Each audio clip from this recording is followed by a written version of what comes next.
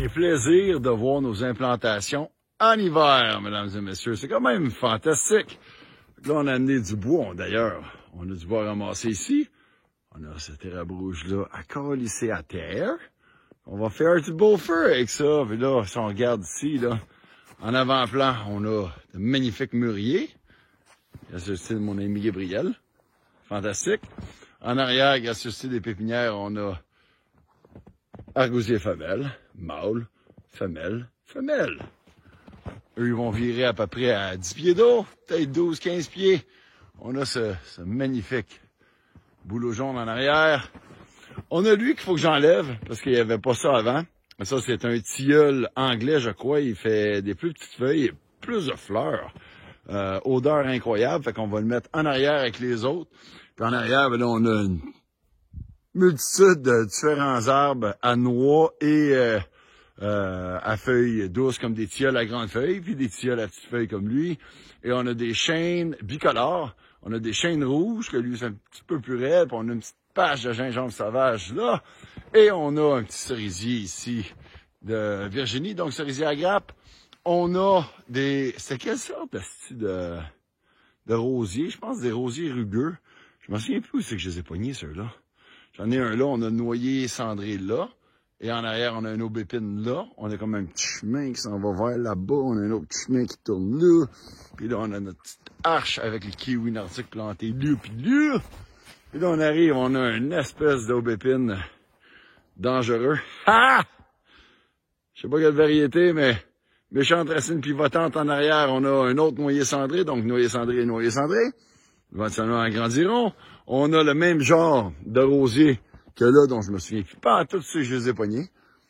Mais en tout cas, rosier, sa race. On a un petit berberie. C'est pas un berberie vulgaire, mais c'est un plant de berberie X qui sont très beaux, qui font un beau feuillage mauve. Et on y voit des petits pics. Qui s'y fera typique. On a poivre des dunes qui fixe l'azote atmosphérique dans le sol et en arrière-plan. Donc, lui, il va virer à peu près à quoi?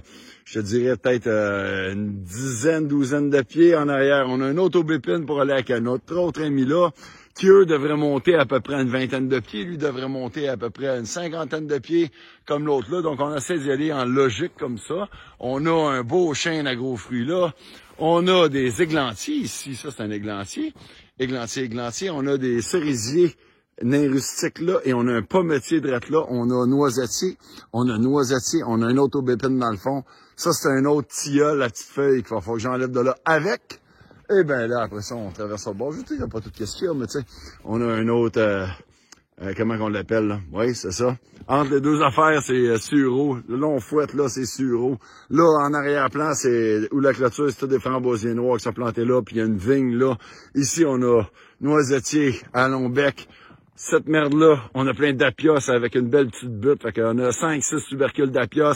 Ça va être une pouponnière à apios d'Amérique. Ça, revenons à notre tonton, c'est le style de, je vais le dire, le style d'ongle crispé. Donc, poivre des unes encore, il fait que azote atmosphérique. Là-dedans, on a planté une multitude de shit en plus.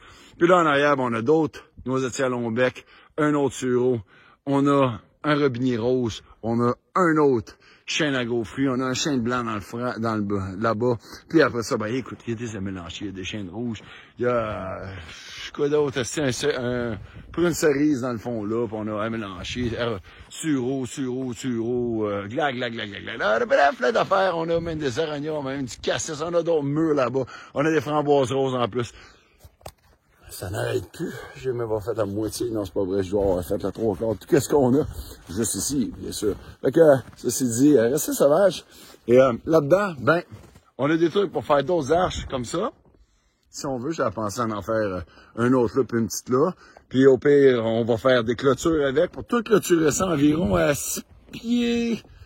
Grosso modo, faire des clôtures un peu comme ça. Mais 2 fois plus haut pour essayer d'empêcher au moins les chevreuils, peut-être 4 fois plus haut. Et là, ici, on va faire un feu pour se faire du matériel pour reminéraliser nos jardins ici. Donc, on a une ronde de pays qui a été faite. La terre commence à être très belle. On va y mettre plein de nutriments dedans. On va y saupoudrer probablement au mois d'avril, début mai, plein de cendres pour reminéraliser le sol. Mais on fait attention, on est quand même en milieu nordique acide. Fait on va en fournir un peu, mais pas trop. T'sais, on veut pas nuire à nos plants qui sont plus acidophiles. On parle d'un pH d'environ 6.2, 6.4 ici à Wentworth, à peu près. Donc, assez, j'ai bien hâte de voir ça. Et là, ben, c'est la stratégie. Il va falloir que j'organise mon bois.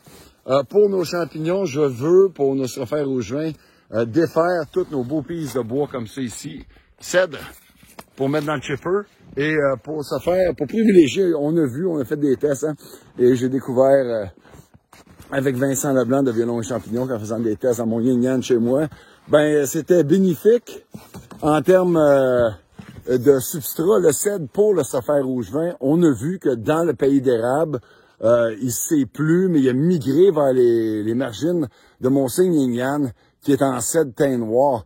Et ça nous a donné des éruptions, des infections de champignons assez incroyables. Donc, on va essayer de se faire des mélanges non seulement que de cèdre, mais majoritairement de cèdre, afin de voir si la rentabilité est au rendez-vous ici aussi à Wentworth. Donc, hey, avec tous ces tests, ce sourire-là, cette magnifique journée, qui tire tranquillement pas vite à sa fin, mais il reste encore bien du travail. J'ai bien des cèdres à aller chercher sur le lac et du petit bois encore à aller chercher sur le lac. Ramener ça, nettoyer ça, en même temps on fait des trails, on aménage le tout.